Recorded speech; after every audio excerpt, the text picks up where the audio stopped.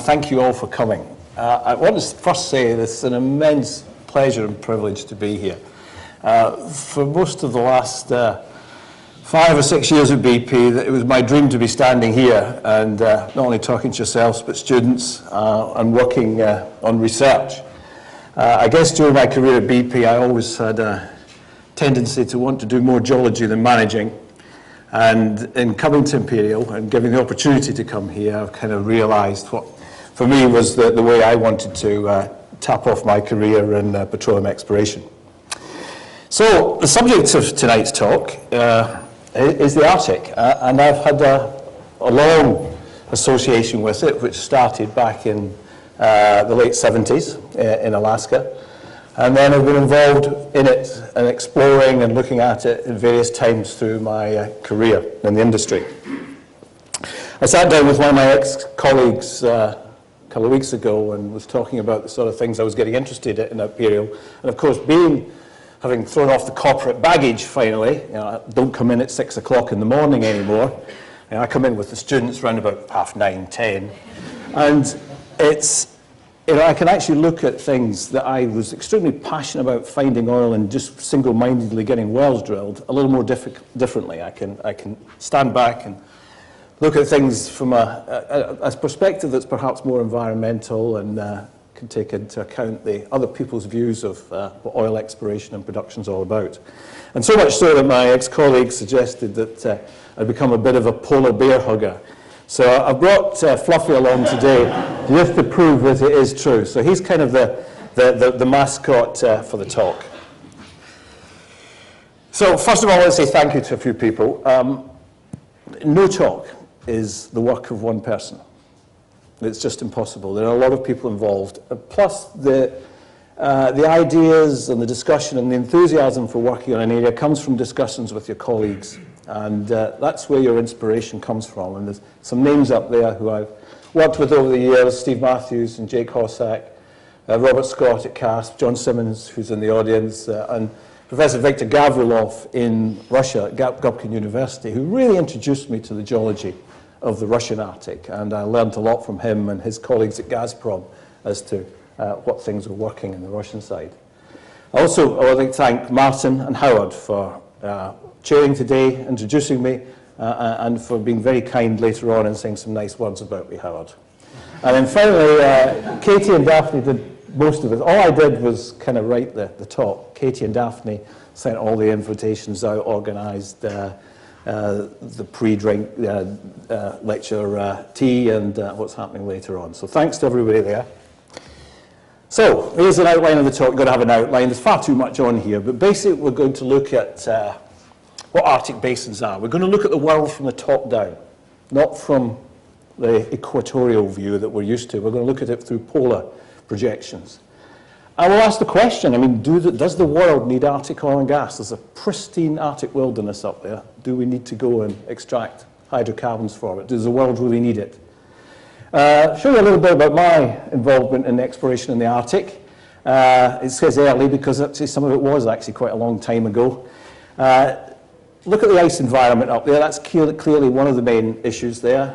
A bit about Arctic geology. I'm a geologist. I realise not everybody in here is a geologist. I will try not to go into too much technical detail. And then look a little bit about some of the technologies that are going to have to emerge if we're ever going to get oil and gas out of the Arctic. There's a lot of questions about who owns it. I'll show you who some of the players are and where the boundaries are setting up, and then maybe summarise with a few ideas of how we in academia here at Imperial can maybe help the industry develop some environmentally friendly production E&P solutions in the area. So the Arctic, this is kind of what we think about when we talk about the Arctic. It's different from the Antarctic. Remember, the Arctic is an ocean surrounded by continents. The Antarctic is the opposite, it's a continent surrounded by oceans. And this is what we see. And this was taken by a satellite or satellites last weekend. So it's hot off the press. And round about now, March, is where we have the maximum ice pack in the Arctic, and you can see, it really is pretty well still solid with ice. It might be getting thinner, it might be getting a little warmer, but the ice is still there. But once we take the ice off, we see something completely different. And this is what the Arctic looks like underneath the ice. And it's not just the great big ocean. It's actually covered with rather a lot of continental shelves. Excuse me a second up. If you don't mind, I'll put the lights off so you can maybe benefit from this wonderful image. Oh, that's too much lights off, sorry. I don't want anybody going to sleep. Oh, I think that's what I'm stuck with. I do apologise. Oh no, that's too much.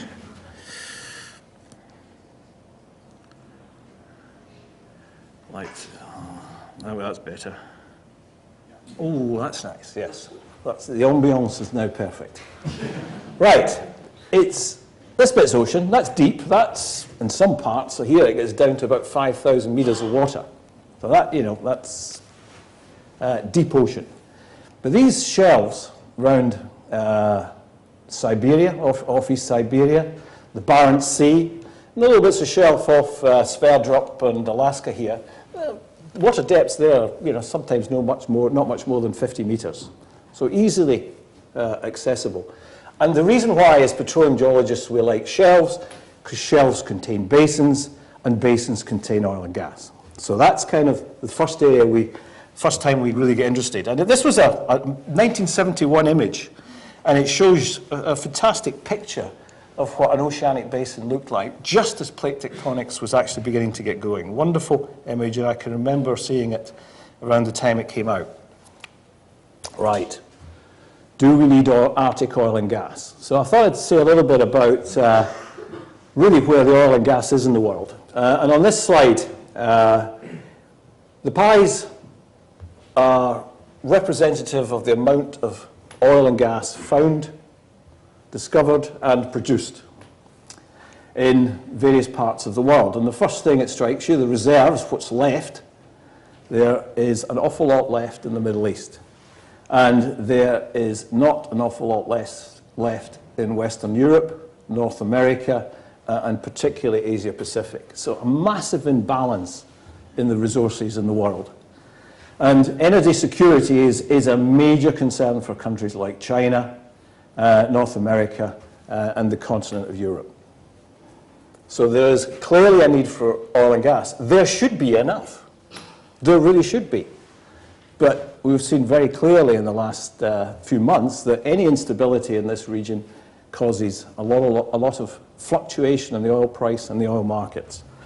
We'll talk a little bit more of that in a minute. In terms of gas, it's virtually the same story, except the former Soviet Union, or Russia, becomes the most important part of the planet. Asia Pacific, North America, and Europe are still very short of secure gas supplies. Now, this is beginning to turn around a little bit with shale gas in North America, but the picture is still pretty obvious. We need to rely on, in Europe, a lot of gas coming from the former Soviet Union via the pipelines through the Ukraine, and the Middle East via tankers. Nobody's built that pipeline yet.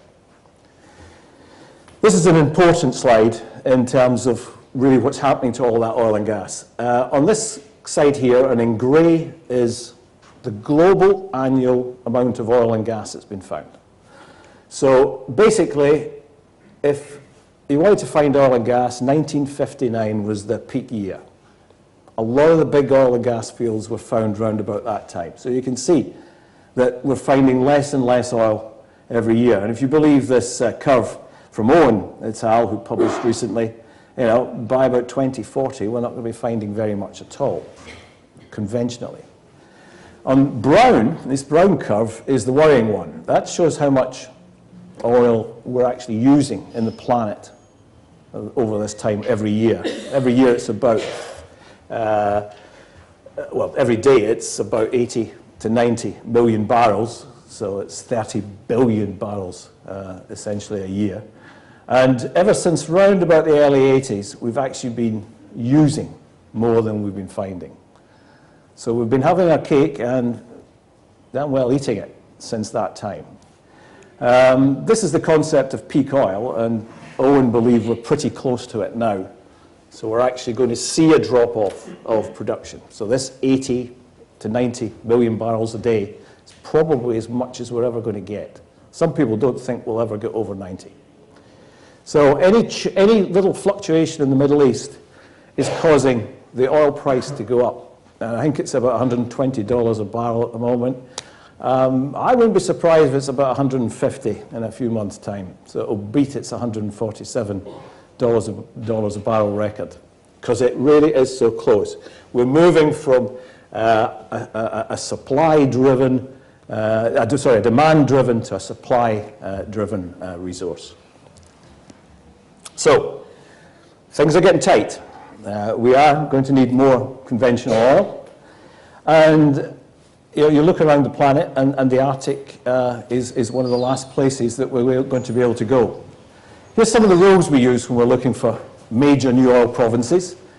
We want world-class source rocks. So the first question we're going to ask is, are there world-class source rocks in the Arctic? Is there sufficient heat flow? That is the crust generating enough heat to warm the source rocks up and produce hydrocarbons. I know it's cold up there at the moment, but it does get warm as you drill down. We're going to look for some carbonates. Big carbonate platforms are important reservoirs. So that's what makes the Middle East work. And some deltas, major deltas like the Mississippi, the Nile, the Congo, the Niger, big hydrocarbon systems. So can we find any of these in the Arctic? So these are sort of questions we're going to try and answer in the next half hour. And, you know, we need some giant structures. All factors necessary for giant oil provinces. So that's the question. Where can we find these going forward? And these are some of the possibilities that the industry is considering at the moment. There's an awful lot of activity in the South Atlantic, in Brazil, Angola, Gabon, deep water, deep wells, very expensive. The Gulf of Mexico, a lot of activity. Well, there would be if there hadn't been a moratorium. Still lots to find there. The Middle East. You know, I read somewhere, I think it was Brian Lovell's book, who said that if there was an alien arrived from space and looked at the oil and gas resources and use on the planet Earth, he wouldn't understand, or she wouldn't understand, why we're drilling wells in 10,000 feet of water, because there's all this oil still sitting in the Middle East. But then he doesn't understand the politics. And yet oil has always been intricately linked with politics. Wow, and there's where it's no more obvious than the present day in the Eastern Mediterranean. A lot of activity building up in that area. And then, you know, who actually owns the licenses anymore, I think, is the question a lot of companies might be asking. So there's the Arctic. And it's my belief and prediction that that is the last frontier that the industry will get to in terms of conventional resources. And I hope to show you that there is a lot of oil and gas there. And it's not just me, it's saying it. Before we go on to the numbers, did a bit of an analysis of global source rocks through time. This is kind of geological time. This is in geological time today. This is in geological time an awful long time ago, 500 odd million years ago. And these are where most of the oils of the world come from. And it's the Jurassic and the Cretaceous of an ancient ocean called Tethys, which was an equatorial ocean around the center of our planet that sourced most of the oils. But there's an enormous and missing gap here in the period we call the Triassic, some 250 odd million years ago. Where are they? And I think we're going to find them in the Arctic. It doesn't matter which textbook you read about the Arctic, and there's a lot of them at the moment because it's quite a topical subject. It's an amazing paradox that the oil and gas in the Arctic is now becoming available to the industry and to people like us who use oil and gas every day for the very reason that the CO2 that fossil fuels have pumped into the air and caused climate change and global warming in the Arctic is allowing us to get there. So sustainability going forward is going to be a major issue. You can see that this was the first rig I was on in the Arctic, up in just north of Prudhoe Bay, and it takes energy. It was minus 40. You know, there's a lot of diesel burnt to actually keep these activities and operations going.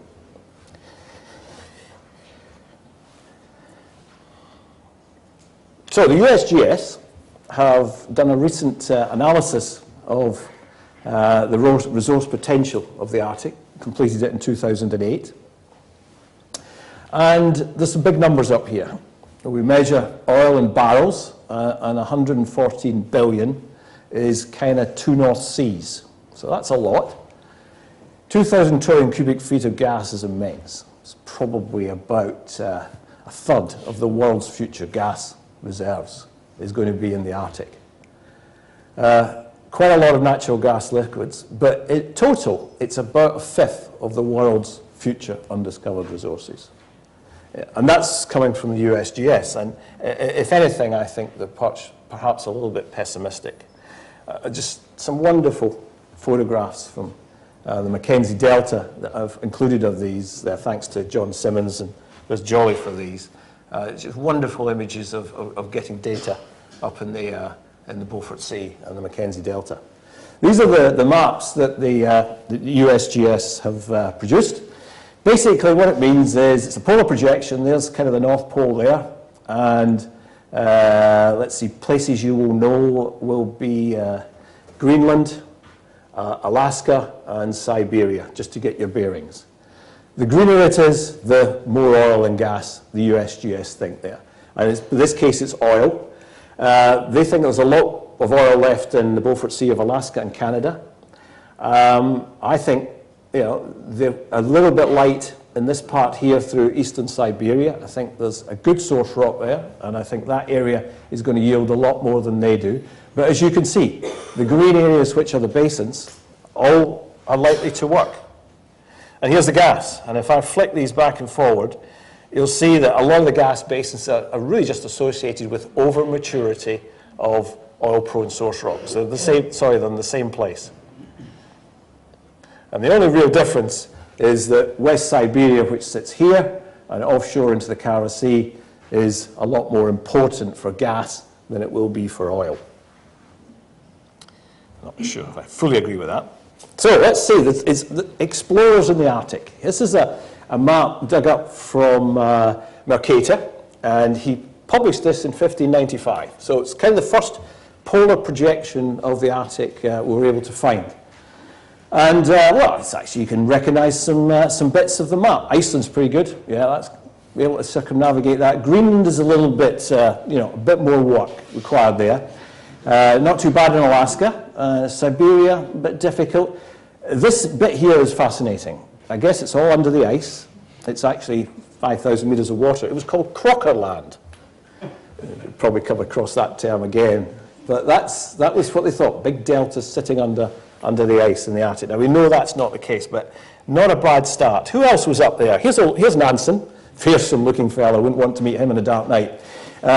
He had his ship called the Fram, or the Forward, I think it means in English, and it took him 3 years to get about 87 degrees north. He never really got to the pole, and he managed to survive up there somehow until he was rescued. First explorers credited with getting to the pole was the American Peary. The British poo-pooed this for years and said, no, he couldn't have got there, it was too fast. Until about 5 years ago, a Brit actually did it about twice as fast as him. So it really can be done. And I think people now agree that Peary really must have got there. The main problem, and for all you scientists out there, you'll appreciate this, they didn't take a navigator with them. It's kind of important if you're actually trying to fix a point on the Earth's surface. But otherwise, they do believe that they did actually get there. A bit of sound effects here as the Arctic opens. So I just wanted to point out a few of the players in the Arctic and the basins. So you'll hear people talk in the press or in books about the Arctic Five. There's actually 8 countries surround the Arctic, form the Arctic Council. But the 5 that are interested in oil and gas are Russia, the USA, Canada, Greenland stroke Denmark, and Norway. We should add Iceland and we should add Finland to the party, to be fair, but they really haven't got an awful lot of oil and gas. Was there people trying to come in? Huh?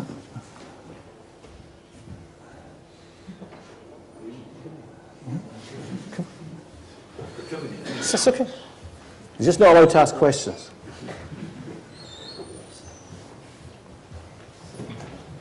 Right, so in terms of where we might go looking for oil and gas, the offshore East Siberia, that's about 50 meters deep, the water there. The Barents Sea, the Kara Sea, Baffin Bay, and the Labrador Sea, and the Greenland Sea here. So these are the main physiographic elements and basins. There are 2 deep basins, the continuation of the North Atlantic Ridge, and that continues into the Verkhoyansk fold belt of Russia, which is seismically active today, and then the Amurasia or Canada Basin, which is probably a lot older and late Cretaceous, so in age. So these are the 2 oceanic basins. I'll show you how I think these opened a little later on. Here's early days in the Arctic. This isn't me. This is a geologist on Ellesmere Island before the discovery of Prudhoe Bay, basically looking for source rocks and reservoir rocks. That was John Simmons that sent me that one. This was the rig I was on north of Prudhoe Bay, Reindeer Island. You'll recognize the Trans-Alaska Pipeline. This was in 1978, 79. It's not quite so shiny now, unfortunately. A little bit more corroded these days, and there has been some issues with leakage. But I think most people agree, when it was built, there was a strong environmental lobby against it because it was going to impact the caribou herds. I think most people agree that it really hasn't impacted the wildlife in the area now. This is collecting seismic actually on the ice, so you can actually go and get your data when the ice is frozen using conventional land techniques. I mean, all right, you lose the occasional one down through the ice if you're not careful, but you can actually collect it. And this was Dome Petroleum drilling offshore the Beaufort Sea in Canada, I think in the 80s, and these were essentially icebreakers with rigs on top of them. And some oil and gas was found there in Mackenzie Delta. So where are the resources? The only thing I really want to pick out here is the red blobs. So what I want to say is, here's, roughly where most of the oil and gas in the Arctic is. It's about 100 billion barrels of oil equivalent sits up here in northern part of West Siberia, in the Yamal Peninsula here, and the Kara Sea. That's where most of the presently discovered oil and gas sits, mostly gas in this area. There are also some small gas fields, small oil fields off the Mackenzie Delta, and there's a very large oil field at Prudhoe Bay, which is about 13 billion barrels. There's a little bit of oil around Sverdrup, but there is oil and gas in the Arctic, but it's really only in a small area. A total of about 140 billion barrels of oil equivalent, and as you can see from the plot here from here in 2008, most of the red curve shows that most of that resource is actually gas. So it looks as if it's going to be a little bit gassy, the Arctic. And if you remember where these oil and gas fields were, it really is related to where these yellow blobs are. And these yellow blobs are the drilling. So there's just been drilling over the Beaufort Sea of Alaska and Canada, Sverdrup, Norwegian Arctic, the Barents Sea here, 2 wells and 2 fields in the Kara Sea, this is the Yamal Peninsula and some wells around there as well. So you can see that the oil and gas fields are linked to where the drilling's taking place. There is 5,000 kilometers here without a single well. Not a single well. A few parties from CASP have managed to get there and take some samples from the islands around here, the New Siberian Islands, but that's about all we know. But we do know it's continental shelf, because This is from Sergei Drachev, and it shows where the seismic is. There's not an awful lot of seismic there either. That picture's starting to change. So this is what essentially the Russians had in the Barents, in the Kara Sea, and a few regional lines running out across East Siberia. And that piece of shelf that really is quite wide. So we've got database problems. We've got some big oil and gas fields and a few isolated spots that people have been able to get at. If you're a petroleum geologist and engineer, how do we get there? And the first thing you worry about is this is the ice picture. Now, at this time in September, this picture was taken in September during where the ice is at its least in terms of extension. Not too bad. Yeah, you can get into the Barents Sea, the Kara Sea, round northern Russia into the East Siberian Sea, down into towards Sakhalin and through the Barents Straits. This is Beaufort Sea of Alaska, the Brooks Range here, and well, the Northwest Passage is kind of in there. We can, sorry, wrong way.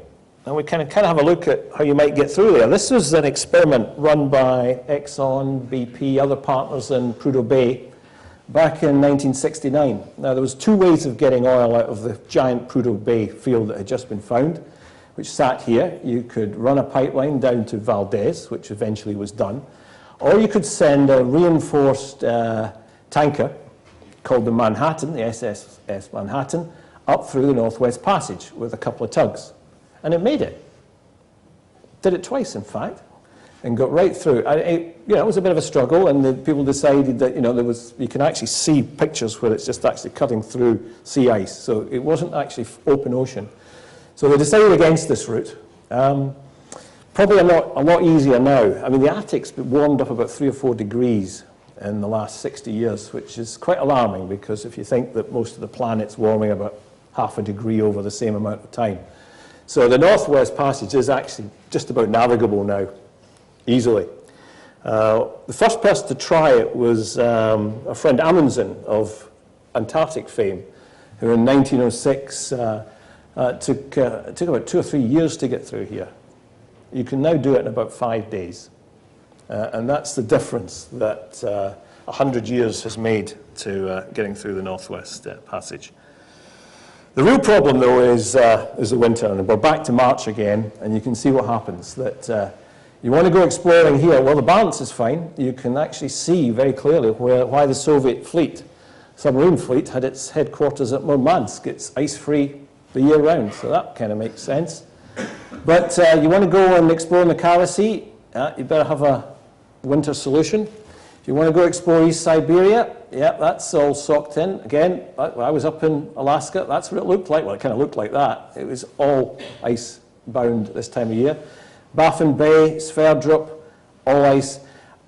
And this part here, anomalously clear, and we all know why that is. That's the Gulf Stream that's keeping this part of the North Atlantic clear of ice.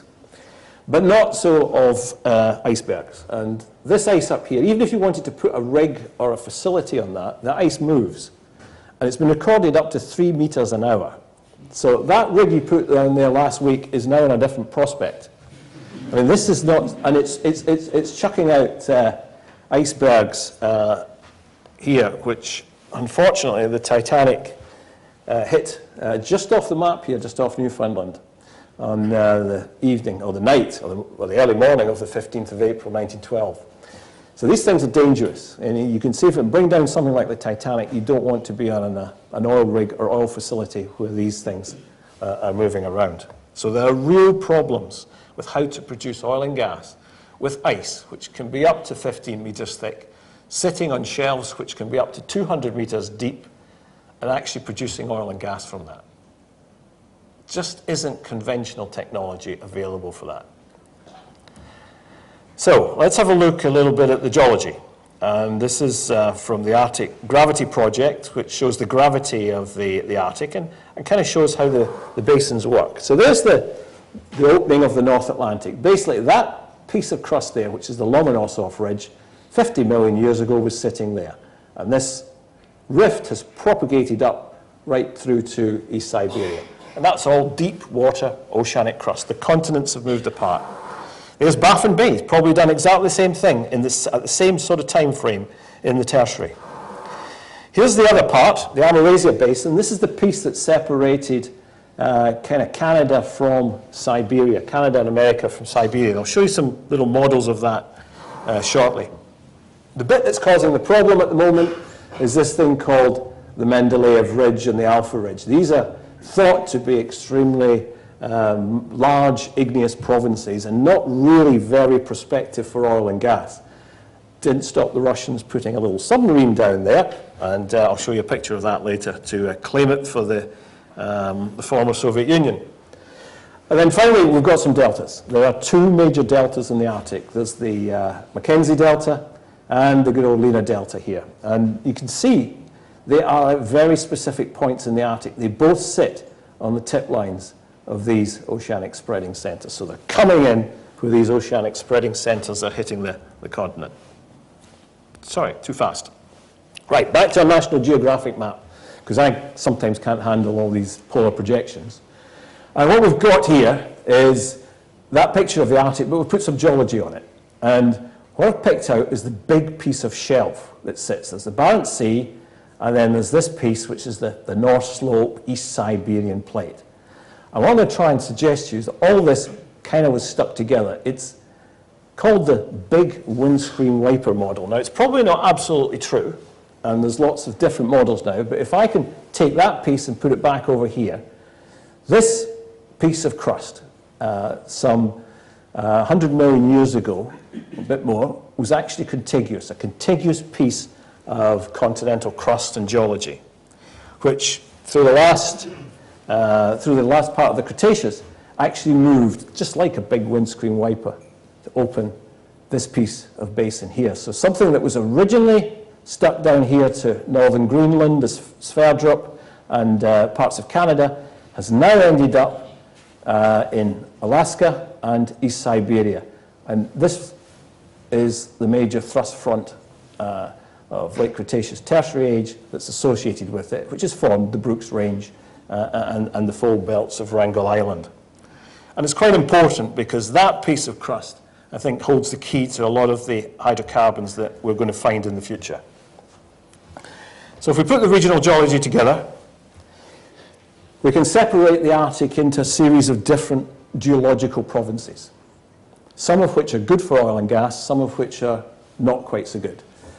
So the blue areas is the oceanic crust. So this is essentially volcanics, low heat flows. We're not going to find a lot of oil and gas there, so we can kind of write these off. The orange areas are what we call passive margins. So these are the parts of the world like the South Atlantic, the Gulf of Mexico, where we do find lots of oil and gas. And these just haven't been explored. They're sitting there and they haven't been touched yet with drilling. The yellow areas are the precursor basins and the rifts that were associated with the formation of these oceanic basins. And such as the Barents, the Kara Sea, East Siberia, and parts of Alaska here, these have actually had some drilling on them. And these are the parts that have been working so far. So all of these yellow areas have to be fairly prospective. Again, very immature from drilling. We can look at the structure. There's our oceanic crust again. These are the large passive margins and extensional basins now put together. So in terms of a treasure map, it's that yellow area, I think, that is going to contain the oil and gas in the Arctic. There's also, behind these, some gently inverted basins. So here's where the big structures are coming in. And this is what's essentially been drilled to date. And if we put the gas fields back on from the other map, you'll see that the gas fields here and through Sverdrup and up in Alaska are sitting in that type of province. And there's our deltas again. The Lena Delta, completely unexplored. Mackenzie Delta has had some exploration in the shallow water and onshore, but not in the deep water.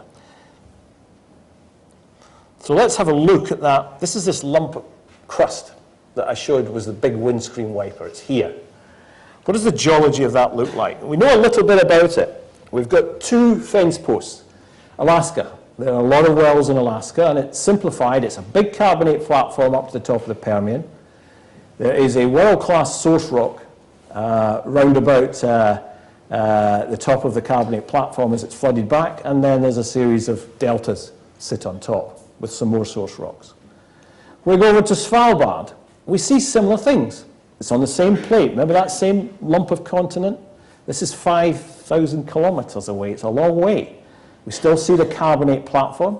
We still see the source rocks in the Triassic, and a different set of deltas burying it because it's moved. So we're going to have different rocks after it's moved. And these are some samples from the islands that CASP and other Russian academic institutes have collected, and we're seeing the same things. Still see the platform, still see the source rocks. Looks as if there's the beginnings of a geological model here that might actually be reasonable. So I wanted to show you a little bit about the geology of a couple of areas in the Arctic. This is Alaska. So we can see Alaska is in this box here, and we're going to look across this part of the Canada Basin. This is the deep water, this is the Brooks Range, and this is the foothills and the north slope of Alaska. And you can see there's big faulted basins, there's two source rocks, and this here is Prudhoe Bay, which sits on one of the main faulted highs on the edge of that basin. So it's essentially a big rotational fault block on the passive margin that's been accentuated by the Brooks Range. Another good place I'd like to show you is the Barents Kara Sea. This is getting a lot of interest presently. We've moved from Alaska over to Russia, so we're looking through the Barents and the Kara Sea here. Here's a geological section from Sergei Drachev. His name was there, it seems to have disappeared. I do apologize to him. The key thing I want you to look at here is this sort of green color here. This is a black shale. It's the same age as the Kimmeridge clay in Dorset, the Kimmeridge clay in the North Sea, which has sourced all the North Sea oil, and it continues through Norway into the Barents Sea, over Nova Zemlya into the South Kara Basin. So a world-class source rock present through all these areas. I have a little bit of seismic that TNK BP have kindly let me use that shows what Western Siberia looks like. Sorry, it's a little dark in the room, but hopefully you'll see this part here. Here's the fault blocks of Triassic age.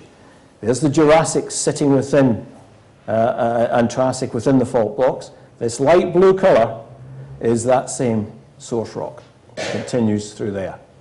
And on top of it, there's a series of prograding deltas of early Cretaceous age. Now in West Siberia, which is probably the largest single petroleum system on the planet, it's responsible for about 400 billion barrels of oil. A lot of the oil sits at the top of that system. And the gas. And then this continues further north into the Kara Sea. For many years, the Kara Sea has been my favorite exploration basin on the planet. It's simple. It doesn't take rocket science to take a working petroleum system onshore, offshore, under the ice, and you will find a lot of oil and gas. All the elements are there.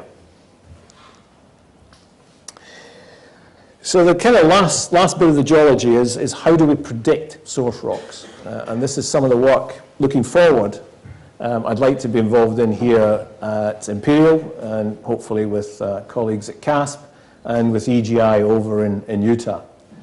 And basically we start with paleogeographies, and this is a map by Ron Blakey back in the Permian, and he's very nicely put the continents back together. It's not perfect, but visually it's compelling. So you can see, for instance, South America and Africa together. We've got Tethys out here, Paleotethys, and we've got North America and Europe here. So a very different set of continents then. And in the Arctic, which is up here, we've still got that windscreen wiper attached to northern Canada. And we can see that shallow epicontinental sea extends for vast areas across here. So that's why I think that now that's attached to Siberia and Alaska and parts of the Chukchi Sea, that's going to contain a very, very widespread marine, oil-prone source rock. We can do the same in the Mesozoic. Here's the Central Atlantic, Gulf of Mexico. This is the Tethyan Ocean sitting over here. Where we're interested in is Alaska. Can't really tell where the UK is. It's kind of, there's Norway there, and the UK would be about here. This is the Norwegian Sea. This is the Labrador Sea, which hasn't opened yet. This is the Arctic, back some 150 million years ago. And there's this large epicontinental sea where that source rock that extends from southern England through the North Sea, into the Barents Sea, and into West Siberia, which is here, is one contiguous ocean that comes north of Greenland, through Norway and down into Europe. One anoxic basin which contains one of the world's great source rocks in the late Jurassic. And then we can do the same in the Tertiary, and you'll start to recognize the continents now. The Tertiary was the one time where the Arctic was actually an enclosed ocean. Almost certainly, about 50 million years ago, you had coastlines all around the Arctic, sitting here. And it was just after the Paleocene thermal maximum. I mean, you could have, let's be honest, you could have sunbathed around the Arctic at that time. It was pretty hot. So the last time where there was major greenhouse conditions on the planet was about 50 million years ago. It was here, and there's very good evidence that there was a freshwater fern called a zola, which took residence in the whole of the Arctic. It's freshwater. It loves CO2, nitrogen, all sorts of nasty contaminants in the atmosphere, which there was. It was greenhouse. It doubles its biomass in two to 3 days. So it's a hungry little devil. And it really ate up a lot of the CO2 at that time. But what's more, it took all these nutrients, took all that carbon, sequestered it, fell to the bottom of the ocean, and became a rather nice source rock. Beautiful stratified conditions in the Arctic. And the only problem there is getting that source rock mature. That's where our deltas will be important. And here's some of the work we're hoping to do here in terms of doing more work, getting more understanding of the source rock development in the Arctic. Remember, if there's no source rocks, it's just not going to work. It's the companies and the people who understand where the source rocks are going to be successful in the Arctic. It's too expensive to get it wrong. And so hope to work with Peter Allison, who's here at Imperial, and do some ocean and current and tidal modelling that will actually give us a much better understanding and predictive model for where these source rocks might be. Remember, there's areas of the Arctic, 5,000 kilometres, no wells, a few islands dotted around the place. We have to get clever with our modelling. This is perhaps the least clever of the technologies. Stuart Lake introduced me to the concept that the Russians were coming up with of actually producing hydrocarbons from under the ice. So you don't have to put your rig on top of the ice and wait for it to float away. You kind of get underneath it. Now, it's smart. That's okay. That bit of it's smart. The fact that it's a nuclear-powered drilling device is probably not the good idea. So that's the bit we're going to have to work on. But everything else is probably right. If you're going to develop oil and gas fields in greater than 20 meters of water, if it's less than 20 meters, you can build yourself an artificial island or sink a barge. That's not a problem. If it's deeper, you have to get there and use subsea technologies. So apart from the nuclear-powered bit, I think they're onto something. But this is kind of future technology. But if you're going to have, if we as are going to get at that oil and gas, and if we feel we need it, and we still haven't shown any less hunger for fossil fuels, that's kind of the type of systems we're going to have to use. But forget the nuclear, I think.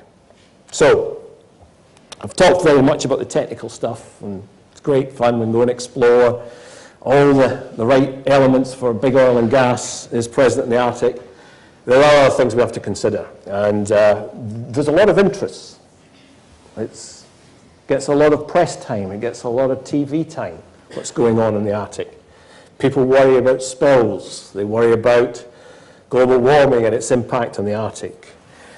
And these are the kind of major players. And the problem at the moment is they all have different aims and different timelines. And very few places is it coming together to actually provide an obvious solution to sustainable development in the Arctic. So governments, they're interested in energy security. You know, the Chinese, we've got to make sure we've got some more oil. The Arctic's got to look very interesting if you are sitting in Beijing. The indigenous peoples, you know, there are, I think it's about 4 million. I've got some numbers later on. People that live in the Arctic, you know, and a lot of them are indigenous population.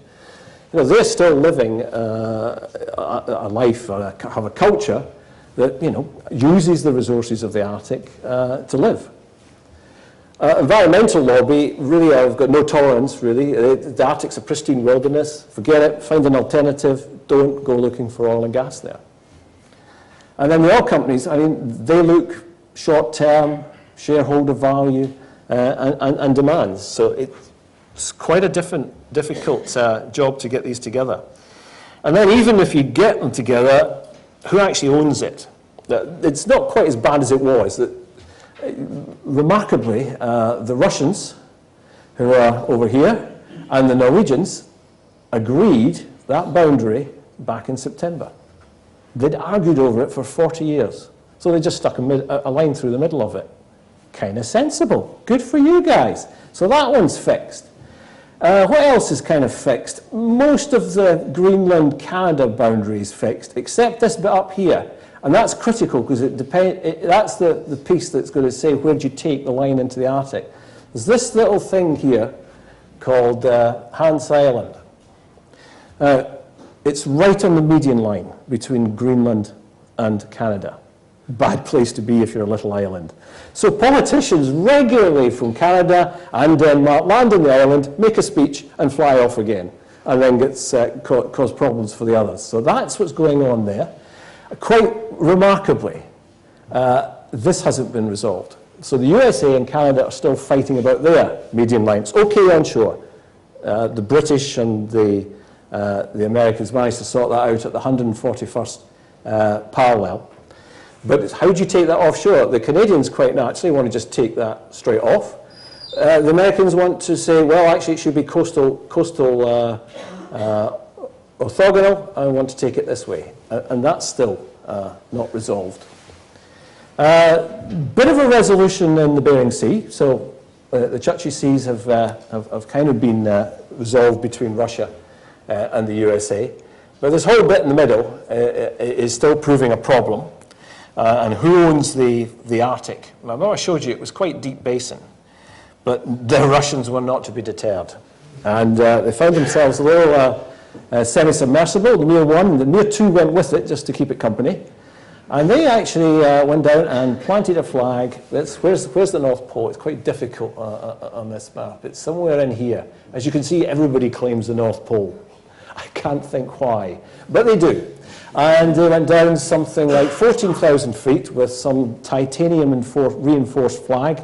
It'll be there, you know, in the next, you know, millennia. I'm sure you. It's down there. And at the moment, they're claiming that for Russia. It's not quite as simple as that. You have to show it's contiguous with your continental shelf. But as a gesture, it got people's attention. And then the indigenous peoples, I was right, yes. There's about 4 million people live in the Arctic and actually earn a living and survive. 15% are indigenous peoples.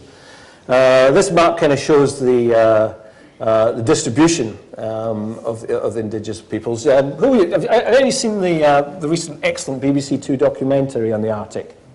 Really, I mean, you'll come across the Gwich'in who live here in northern Canada and Alaska. They couldn't care less that there's a border there. And they, in fact, survive from the caribou herds that live up here. So these People are not really very happy with opening of the Arctic National Wildlife Reserve because that's going to impact the caribou and their living, but there's a lot of lobbying and political pressure to open up this part of Alaska. Who else? The Inupiat here, they live from seals, fishing, hunt whales. So kind of a strange alliance between them and the environmentalists with the whale hunting and stuff, but they really worry about exploration and production offshore because it's going to impact their livelihood. There are problems, and as I show you later, it can cause delays and expensive delays to oil and gas projects.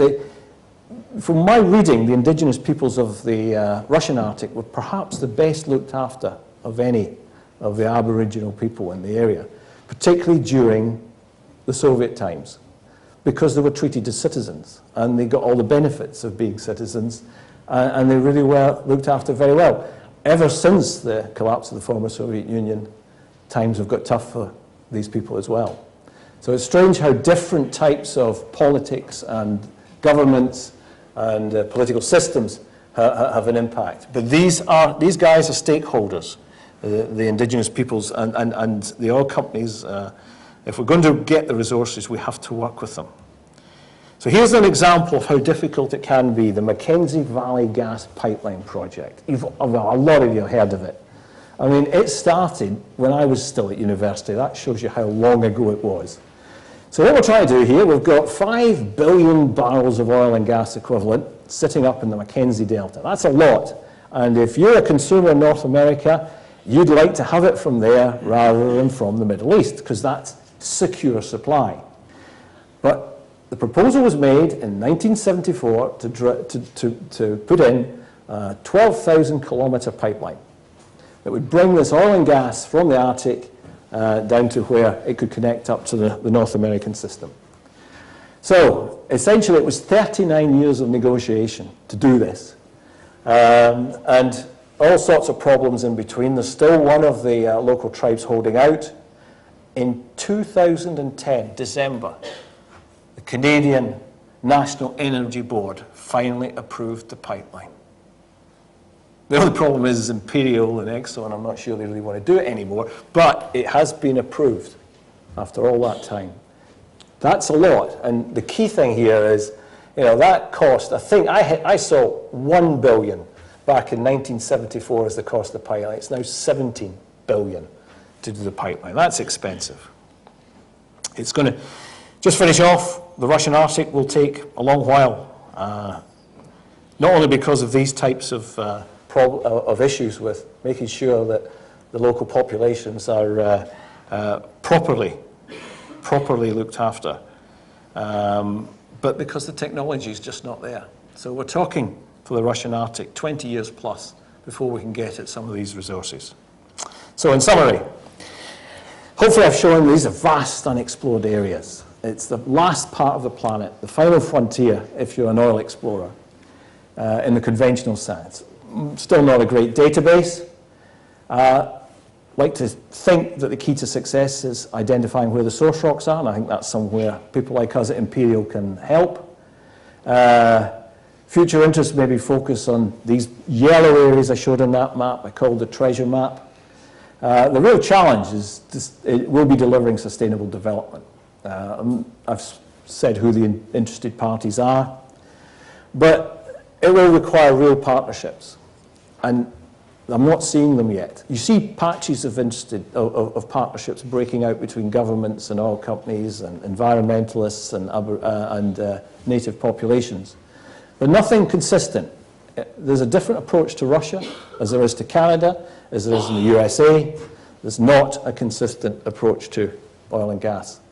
There is a body called the Arctic Council, which is made up of the 5 main nations, which is trying to set guidelines for oil exploration and production in the Arctic, but that's it. They are just guidelines. So lots of work to do to get at this oil and gas. Very sensitive area, but I think it'll keep a lot of us occupied over the next 20 or so years at least. Thank you very much.